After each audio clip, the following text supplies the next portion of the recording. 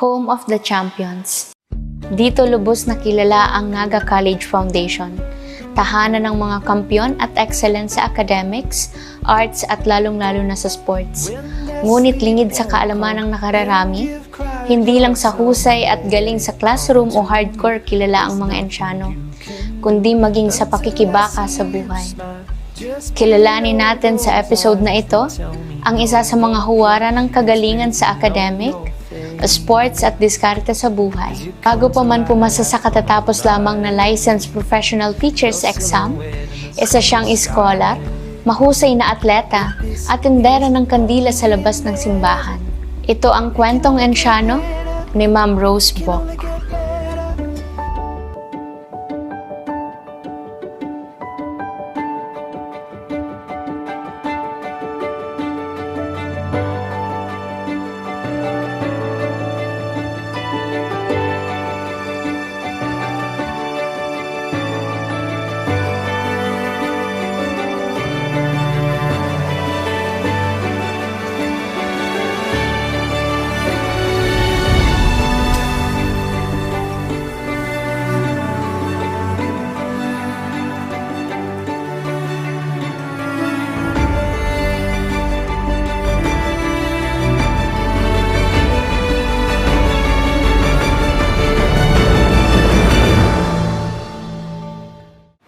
So ma'am, introduce ko first po yung pangalan at yung current status po.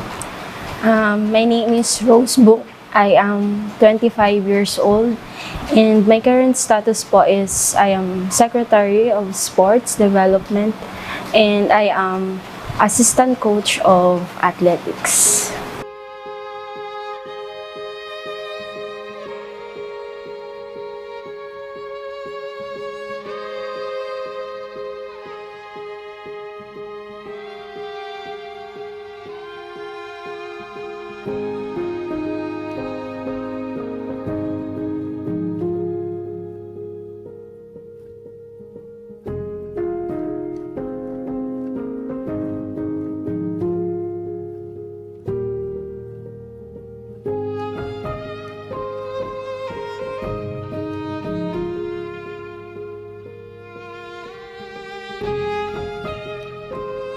Si mama ko po, nagtitinda po ng kandila sa San Francisco. So since naglipat na po kami dati po kasi ang bahay namin sa San Francisco, katabi lang po ng simbahan. Ngayon po, sa Mabolo na po kami. So minsan po, hindi po si mama nakakapagtinda ng kandila kasi may dalawang sakay pa ng tricycle. So minsan walang pamasahe. Kaya hindi po nakakapagtinda. Pero minsan, pag sa Sunday, parati pong nagtitinda na. Si father po, nung hindi na po mabenta yung dyaryo, dati po kasi siya nagtitinda ng dyaryo sa bus terminal. So, since na po yung mga technology, yung mga apps po baga, kaya mas nagtumal po yung bentahan ng ng dyaryo. Nung kausap po kami ni Ma'am Shane po, yung sa admin po. Tapos kwentuhan kami about sa, tinanong niya ko kung ano ng parents ko. Tapos yun po, sinabi ko na si Papa nagtitinda. Tapos tinanong niya ko kung gusto ko daw na dito si Papa sa NCF. Sabi ko, okay. Kaya po noon, si Ma'am yung naging dahilan kung bakit ngayon po, nandito po si Papa. Velocity care po siya. And po, siya yung nag-ano ng mga tanim. Gusto mo ngayong trabaho. Ako kahit itong panong kayo, tinda kong dyaryo. Naburuhay ko mga pangaki ko, tinda kong dyaryo. Kampanal yun ako, kung soltero pa ko, tinda na kong dyaryo. Actually, kung talaga, financially, talagang kinakapos talaga. So, yung kinikita ko, yung sahod ko dito sa NCF, kulang rin para sustain kasi may pinapaaral pa kong kapatid ko.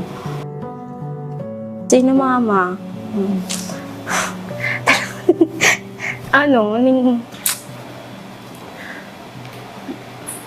Financially, talagang hindi masyadong support kagad. Pero pinapakita nila kahit halimbawa, kahit walang pangbigay ng dati ng ano sa akin, yung baon, yung pang sa school. Ano lang ko, mga duwa lang ko support na ta, ako. Para tinda, ano malang ko, dikit malang kita ko, bako malang nakula. Agturo sobra niya, taan ko masyang balon. Balon-balon lang, mga ngaypuhan niya aral daw. Pero, as in, ginagawa nila ng paraan para masustain, para yung mapa-aral ako. Kasi, ako lang kasi yung, yung mag-asa nila na, na makapagtapos ng pag-aaral. Grabe ang kaugmahan ko kot kaya. Iyo lang yan si pag-asa ko talaga ang akin na yan. Kadto kaya, kato nagtitios-tios pa kami. Minsan dahil man niya natatawang kang kung anong-ano niya, gusto niya. Mayo mangani kami. Kaya ini, pasalamat kong marayag sa akin na niyo. Iyo lang ang nagtapos. Jesus Maria, Yesus. Yun na nakaluwag-luwag man kami. Siya, Diyos ko po. Yung man niya para pangadyi ko, sabi ko sana makatapos man yung akin na ini. Kaya yung man yan ang pag-asa ko. Kaya yung talaga, pinurso ko talaga na makapagtapos ng pag-aaral kasi nakikita kong kung gaano ka hirap maging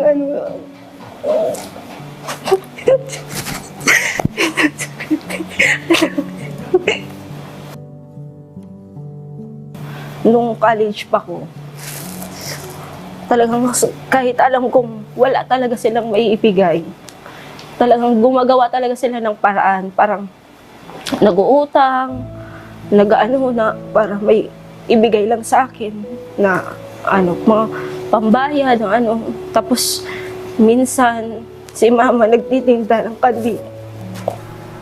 Bali, nagtitiritinda man niya kato sa tindahan. Nagkaklase pa siya. Nagtatabang siya kay ate niya magtiritinda. Di, nakakakuha man siyang balo. Ano pong tindahan? Yung kandila. Opo, every Sunday ako nagtitinda. Kaya yung dati po, nahihiya pa ako magtinda ng kandila. Kasi pero nung pa naman po yun, nung elementary pa. Sabi ko, nagtitinda akong kandila. Pag nahiling ko ang mga classmates ko, minsan nagtatago ako, warag kaya. Pero katong na-realize ko na daimon kay puwan ikaya kung anong-ano ka. Garo, di man ako nabuhay, tanong kay puwan kung ikasupo. Yun, titiritinda yung pagkain masusukbun ng tiritinda. Kaya yung man ang pigaan ko kaya. Itong pang-apat kong aki, garo masusukbun magtiritinda. Iyon ba ko yung masusukbun sa totoo lang naman. Kaya ako dyan ang maray sa aking ining. Kaya yung mga classmate ko, minsan sa akin talaga nagbibili kandila. Ginagawan ko ng kahit hindi nila mabigay ng financially yung pangangailangan ko, mismo ako yung gagawa ng paraan. Parang nagtitinda ng kung ano-ano sa mga classrooms. Kasi nung kasi po, madiskarte po ako. Tapos, since athlete po ako nung high school ako, nagsasali po ako sa mga fun run. Yun yung mga, parang sa sideline ko. Kaya, start po ng sabi ko, hindi pwede na parati na lang sa magulang ako mag-umasa. Grade 5 po ako nag-start ng pagiging Di ko sure kung anong year na, basta grade 5 ako. Wala kasing player, yung parang yung t-shirt ko sa, dati po pag MSEP, pero ngayon po umape baga. Nung elementary ako, sabi daw mag-try po ako magsali. So, yun yung nag-start. Pero, di po alam ng parents ko na masali ako sa pagiging athletics. Naipo na nindo araw na masali siya sa varsity player. Ano po ang namatig nindo patong inot po nindo ning naaraman? Patong naaraman Na. Ay, bugmaon kaming maray. Bugmaon kami katubi. Garong si pagmati ko. Dahil lang ko nagparaanong maray ta. Garo high blood man kaya ko be. Bugmaon kami katong maray. Baka Naaraman ko na lang siya na nauna siya kay Ma'am Ulaso. Kaklase ko sa Cam High, kami sa high school, dumang ko yung pigpa. pagpaklase. Duman siya na nabisto ni Ma'am Ulaso na mabuti pa ngayon, doon ka na lang mag-senior high sa NCF. Ako iyo. Yun na nga ninaaraman ko pa. Bigla umi ako ni Ma'am Ulaso Varsity Kang, NCF. No, kung kato yun. Naman ko nag-ano. Yung man ang gusto niya, pangarap yun, maabot niya man ang makatapos ang college. Tigtabangan siya ni Ma'am Ulaso. Pagbabasehan po nung nung elementary po, yung teacher ko po sa parang nakita niya yata ako ng potential na kaya po siya po yung sakot sa sports. Pero nung nung high school na po ako, si Sir Moises, siya po yung nag-training sa akin, mas lalong po sa sports. Yung pinakauna kong pag-gold medalist nung National Batang Pinoy, dito na po ako yun sa NCF ako nag-school.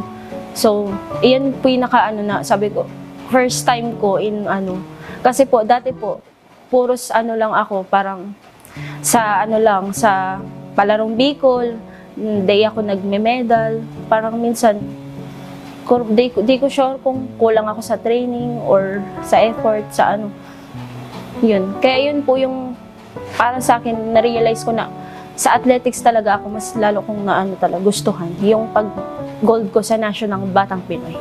Ako bilang atleta nun, very kasi ako disiplinadong athlete talaga ako nun. Pag sinabing ni Ma'am Ulaso na training talaga. As in, nag-focus ako sa kung ano talaga yung ini-aim ko. Kasi feeling ko kasi sayang kung gagastusan lang kami ng school pero hindi namin ibibigay yung effort namin para makapag-medal. Ang pinaka ni Ma'am, dapat mag-training ka para makamedal ka. First gold medal niya. The following year, may kami, Bohol, National Prisaa. Nag-silver lang siya doon. Grabe si hibi niya. Silver medal, National Prisaa. Mahibi ka pa. Sabi ko, samantala ang iba, halos magapang-gapang na sabi ko sa tuwa na bronze, ikaw na silver. So the following year naman, namin sa Davao, National Prisaa naman namin. Doon siya nakadalawang gold medal. Pero prior to that, mayroon siya sa DepEd, palarong pambansa. Naugma ko. Nakakabot siya sa ibang lugar. Kung sa Insay, sa Mindanao, sa Central Luzon, makawat lang siya. Katong pa siya, varsity pa siya, Prisaa. Palarong Bicol, palarong pambansa. Makakaabot siya kung sa Insay. Katong pag may mga kawat, may iba lang kami kayan, may mga kawat kung saan. Katong sa Pili, sa Pakol, sa Plaza, iba lang kami doon. Para dalang ko lang siya. Iyon lang itong numero ko sa iya. Ako. Laban lang na, maski kapurit ka, laban lang. Hindi na, lakapilis man mga nakasikos man sa ibang lugar. Kaya ito talaga, pirmi yan. Ako. Pirmi siyang nguri, pero yung pagtagaan niya. Talagang pukusan niya talaga. Kaya ito, mga kawan niya, mga sangkaya, dara kulaon. Kaya ang kawat niya ka ito, itong mga ngaro, Ukatun ba to? Nag-approach si Ma'am nung yung nakita po kami ni Papa sa sentro po nung mga ilang beses na. Sinabi ni Ma'am na mag-senior high school daw po ako sa NCF kasi mas maganda ang quality and mas maano yung pagiging athlete ko. Kasi po, actually po, ang kasi ang NCF parang second choice ko lang nung nag-inkay ako kung daw yung first choice. So, ang kasi, NCF, parang second choice ko lang siya. Kasi, private po baga siya. So, financially, man ako na magklase digdi kasi hindi ko aram kung masusustain ko or kasi private school. Sabi ko, Diyos ko, mayo kita kayang bimbang, mayo kita kayang pambayan. Private ka na eskwelahan. Namumroblema kami kaya. Sabi ko, Diyos ko po, paano daw ng akin na niya makaano dyan. pag nagka-college ka, bakong suba-suba. Magastos talaga yan. Yan ako. Nako na, magastos yan. Yan, mga parang ka-college ka. Kaya ko yan pa. Mga discarding na lang ko. Tabangan mo lang kung dapat kung iabot mong tabang. Iyo. Pero nung time na parang nag-ano na po na sabi ni ma'am, free tuition or ano, sabi ko, nag-consult muna ako sa parents ko, kay papa, kung halimbawa, mag-NCF ako, kaya ba akong supportahan? Sabi ni papa, kaya go. Kaya nag-purso talaga akong i-gain sa NCF mag-class. Grabe man na ko kay Mamulaso. Pangaluwa niyang magurang man niya si Mamulaso ta. Kung bako man kay Mamulaso, kay ma'am, may man siya hindi. Kaya man yan. Grabing pasalamat kay Mamulaso. Tinabangan siya kung pagkatong na-discover siya ni Mamulaso kamay. Ano po, nung elementary pa lang po ako, nakikita ko na po si ma'am talagang, kasi po yung mga nagtitraining sila sa Pacol. So di ko pa siya masyado pong close si ma'am that time.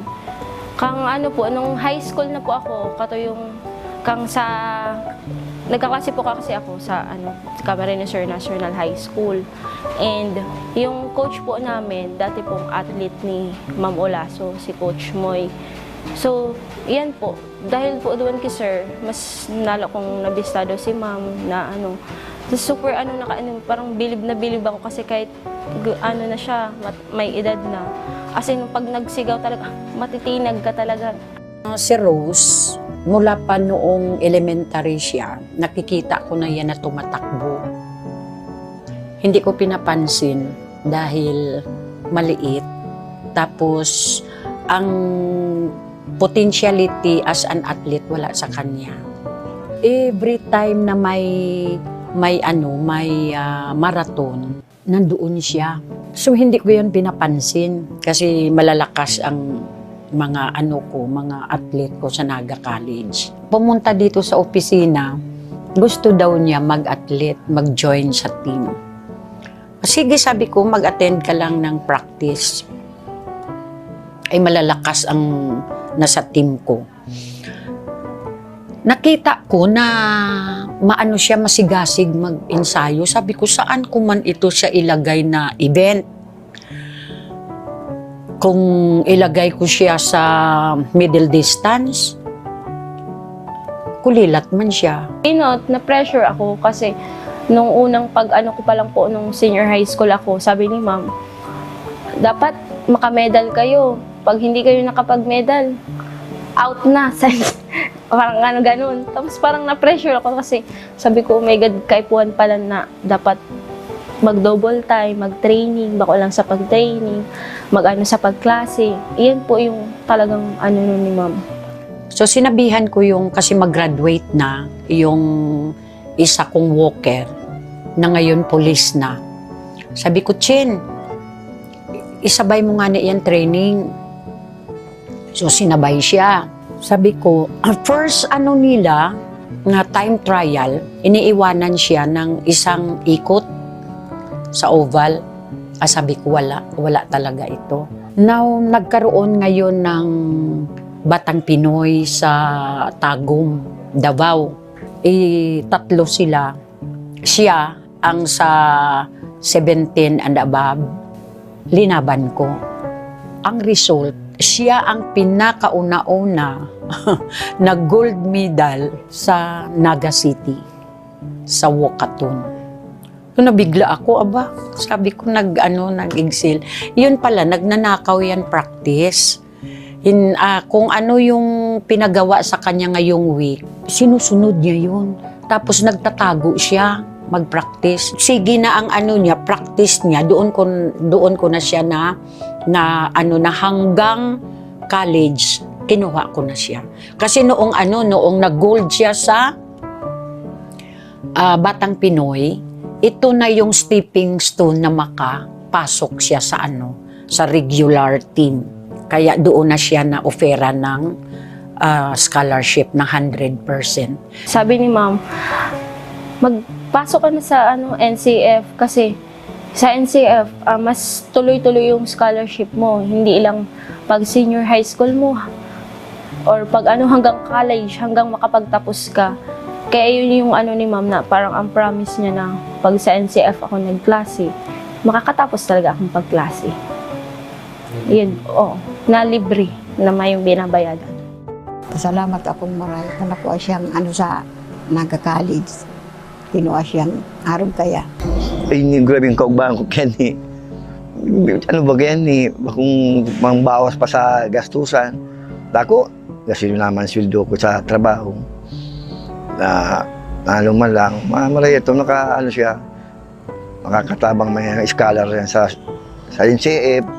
Kaya kaming pasalamat ko man sa NCF. Tapos igdiyo siya, nag-pick may scholar siya. Varsity siya, ang athletic siya. Senior high school pa lang kasi po ako, is sports track ako. And parang sabi ko, gusto ko pag nag-college ako, maging teacher ako someday. Gusto ko kasi, idol ko si ma'am. Kaya gusto ko maging teacher, maging kagaya niya. And yung parang ma-share ko yung kung anong mga knowledge, mga natutunan ko sa pagiging athlete. Kaya, education yung pinili ko na course. Aywan ko kung anong nagustuhan nila dahil lahat-lahat sila pag tinanong mo, ako daw ang ina-idolize na bakit? Ang ano siguro nila dahil nabalansi ko being a coach and a teacher. Yun yan. Tinatanong nila ako, bakit ma'am nakaya mo? Kasi noon, PE teacher ka na, sports director ka pa, tapos ikaw pa ang head ng PE. Paano ko daw yan inaano? Sabi ko sa kanila, basta you love your work, iyon lang, wala ng iba pa. Sa pagiging sa pagiging isang athlete, student athlete, yan yung pinakamahirap. And yan yung mga kailangan mong i-balance yung pag-aaral, sa training. Kasi may mga instance talaga na kahit yung minsan pag nagte-training kami, pagbubog sa training, tapos minsan nakakalimutan na namin na yung mga paperworks, nakakatulugan na. Minsan kung makakaya ko pa o dahil. Pero dahil sa mga ka-teammates ko, nagtutulungan kami, yun yung mga naging motivate sa sarili. Hindi siya pabaya sa pagklase niya. Parang inaano niya talaga 50-50. 50% sa academic, 50% sa being an athlete. Talagang binabalansin niya talaga. Nasasabay-sabay niya nga ni. Pero ang kapagalang ka ni grabe gayon. Kaya dahil ko man siya naaanuhan. Bali pag-ibig o pag-alpagan, sabi ko, kung dahil mo niya ako kaya, para ka, magsabi ka. Yun na yan. Kaya niya manggayo. Kaya dahil mo kami nagkukontra sa iya. Una bumayong ka, siyang kapagalan sa buwan. May naabot niya ako yung pangarap niya sa buhay niya. O yun na nga niya, naabot niya man ang pangarap niya. Siya lang pati ng aki kong makakapasa. Mga aki ko, nag-aramay. Dahil man nakatarapos ng college. Siya lang talaga ang nakatapos. Naabot niya ang pangarap niya sa buhay niya. Tabang-tabang na siya sa muya. Mga kaipuhan, gamit, mga sa pagkabuhay, aral daw, pagkakano. Nung time na nagkakagraduate ko lang nung college, year 2022, dapat ma-exam kami is year 2023 ng March. Kaso kaka-hire lang sa akin dito sa NCF, hindi ako nag-take ng board exam. Sabi ko, magsa-September na lang ako magbo-board. So, yung nakaano na ng September. Pero nagkaano na naman, kasi na-adjust na naman kasi that time na bago mag-July hanggang wala akong review. And then, kasagsagi po katong first na national prisaan namin, which is sa Zamboanga. Since na-hire ako kasi sa sports, di basta-basta yung mga paperwork. So, hindi ako nakapag-exam noong September 2023. So, na-pressure na naman ako kasi lahat ng mga kabatch ko, LPT na, tapos ako nandito pa lang, hindi pa dahil nga sa hindi ko mabalance yung work ko and yung pag-review ko. Tapos nung March na, parang ilang months, parang November lang ko nag-start mag-review center. Tapos, that time, nung first semester, binigyan ako ni ma'am ng loading sa PE. And, meron din ako ng NSTP. So, minsan, nung kasagsagan ng review, sa review center, hindi ako nakakapag-attend. So, kung nag-second semester, doon lang po ako nagtotok medyo sa kasi wala akong teaching na loading. Yung pagre-review, talagang ang kalaban mo minsan, yung sarili mo, pag inaanto ka na, pag marami akong gawain sa office, minsan hindi ako nakapagre-review, yung kahit lang. Minsan nakakatulugan ko pa yung mga pinapa-answer sa amin. Kaya talaga sabi ko, hindi talaga ako 100% na makakapasa ako kasi aram ko sa sarili ko na may pagkukulang rin.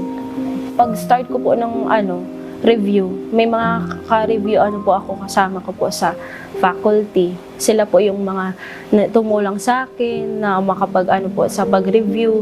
Kasi po, nung pag-review talaga, as in nakaka-pressure, kasi di ko alam kung makakapasa talaga ako o kasi sabi ko, tig-pray ko na lang na sana kung para sa kuya para sa ko, pero kung bako para sa ko, take ulit. Pagkakita ko ng pangalan ko sa buzzer. Talagang sa office, talagang hagulhol talaga ako. As in, never ko talagang ine-expect na makakapasa ako. As in, sabi ko, totoo talaga ni Lord. Sabi ko, deserve ko ni. So, nagluwa nagluwas na si Pasir. Muyuto. Naon si pangaran niya. Ang pinakaunang si Papa ko kasi, si Father, nung pagkakita ko lang ng nagbabatolos ako, nang duman ako sa kantin kasi araw mo yaon, nagtatrabaho siya. Nagdalagan sa kuya doon nagsisigid ako. Nagparaibi sa kuya. Ay, nga ako eh. Pero kung pati ko ito mapalwa man yung sa food ko, nagsisigid ako. Papa, nakapasarang niya ako. Umaman ako. Ay, salamat nga ako, nakapasarang ka. Yun, kugos ko si Papa, nagparaibi ako. Dalawa ako, nahiling pa ayun to, siya ang pinaka-inot na ugmahon. Grabe ang pasalamat kay Mamulaso, sa ko. Sabi niya, na proud na siya para sa ko. Ayun man, si Mama kasi, kaya kami masyadong talaga ako masyadong kay Mama. So, father talaga ako. Tapos, ugmahon man si Mama kapag kinugos ako. Sa family ko po, ayan po ang kagandahan kasi never talaga nila akong pressure. Kumbaga, binigyan nila ako ng freedom kung anong gusto ko, talagang susuportahan nila ako. Ganun. No, pagka-graduate niya, sabi ko, submit ka ng resume mo para na makapasok ka. So, ginawa ko muna siyang secretary ni Coach Bing, yung sports director. Ngayon, sabi ko, anong gusto mo? Malipat ka ng teaching. Sabi niya, sige na po, ma'am. Oh, yun ngayon na nagtuturo na siya. Ganon si Book Rose. Very diligent sa trabaho yan. Kaya naawa na lang ako. Sabi ko, sige na, dahil lahat na trabaho sa imo na pinapasa. Si Rose, pagdating sa trabaho yun. Hindi siya uuwi, not unless na matapos niya. Hindi na siya nahasa. Hindi na. Si mga gibon niya, si gibon man katong sa opisina, sa pagtugdo niya, na pag-training niya sa mga player niya. Open kasi ako kay Mama.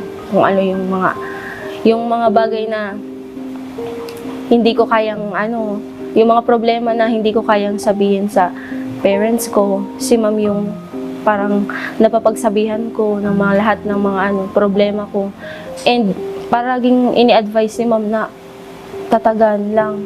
Kasi hindi man sa gabos na oras, pero may kang nasa araw kaya na sitwasyon.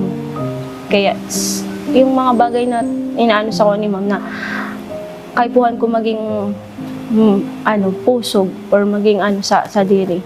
Yung talagang pag-alaga sa athletes na nakikitaan. Kasi si ma'am talaga, as in, ibibigay niya yung lahat ng makakaya niya para sa mga athletes niya.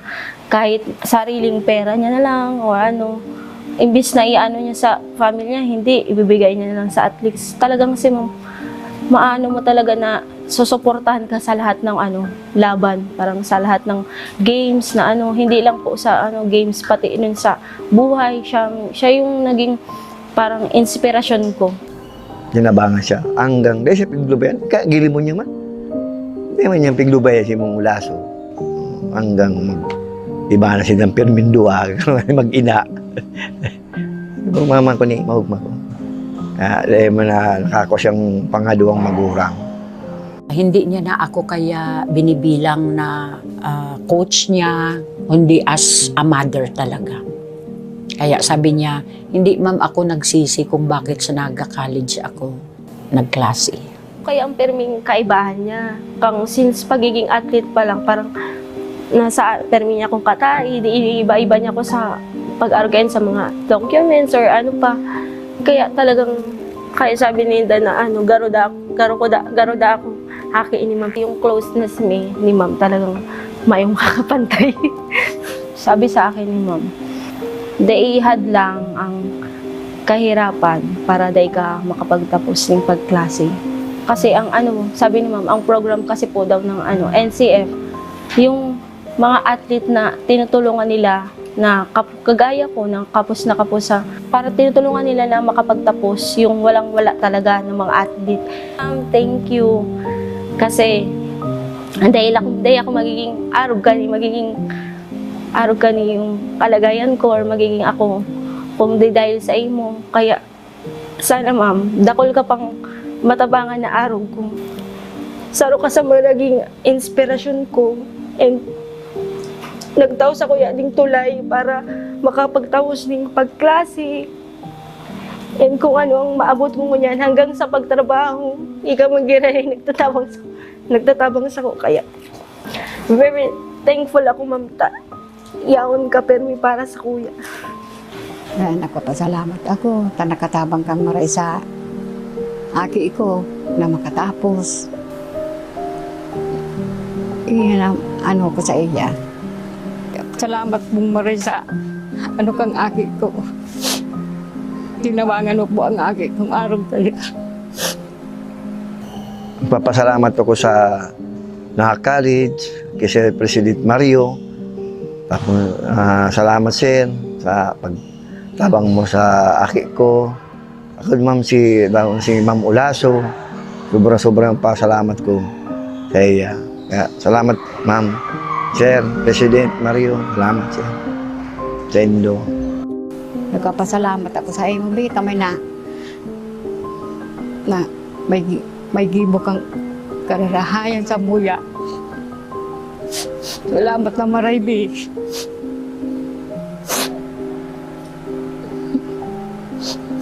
Salamat na maray, Bita. Para sa imo. Tabangan mo kami. Nagpapasalamat ako sa iya. Dahil siya nagduwa-duwang mag-adal. Nagtapos siya. Kaya, masalamat ako maray sa imo, Bi. Pagsikap ka, naabot mo man si gusto mo. Kaya nagpapasalamat ako sa imo, Bi. Po. Maintain those karakter na maganda, tapos kinakailangan kahit ganyan na siya, kinakailangan ang paa nakaapak pa rin sa ano, she must be humble always. Yun. Tapos, kung kailangan, wag mo nang mag-asawa, tulungan muna ang magulang. Yan lang. Kasi, siyempre, walang-wala man. So, magulang muna. Message ko po kina Sir Mario and kay Ma'am Nelba and sa gabos na admin na ano po sana po kadakol pa silang matulungan na arog ko po na student athlete na day kayang makapagklase sa mga arog ganing private school, and yan po na suportahan po permi na ang gabos na mga athlete, bako lang athlete po, pati na ibang mga estudyante na ano, kaya very ano po ako thankful kasi po si NCF ito yung nagtao sa kuya ning opportunity na maging bako lang maging anong athlete, maging excel sa larangan ng sports, pati na rin sa gabos na aspeto kang buhay. Kaya very thankful ako na napaigdi ako sa NCF. Nakapangarap ko is mag-auga ko ng maging stable yung family ko, kahit hanggang pag-urang ninda, magkauga sa diri ni ng harong, although may family na ko, gusto ko sa mga tugang ko na itong sunod sa kuya, makapagtapos ng pagklase and magkauga ng maray na buhay and good health para sa parents ko. Pasensya na kung kadakol pa kung pagkukulang, di ko pa kamo ma-suportahan financially. Pero pinapangako ko na si mga tugang ko, na papaklasihon ko and papatapuson ko ng pag-eskwela hanggang mag-college, hanggang makatapos sinda and magkauga sila ng kanya-kanya nilang buhay. Sa diri, bagang perming kay Lord ang mga problema o kaya na maging matatag lang sa buhay. Yan ang pinaka ko. And dawa gura kahirap ang buhay. Man perming mahirap ka lang. Kaya anuhan mo ang sadiri mo. Garo tabangan. Yan. Ikaw yung gagawa ng sadiri mong future. So, yan lang. Naway nabigyan namin kayo ng inspirasyon at ng aral sa buhay. Samahan ninyo akong muli sa susunod na kwento ng pangarap, pag-asa at pagbangon. Ako po si Medit Basilonia at ito ang ating kwento. Kwentong Enciano.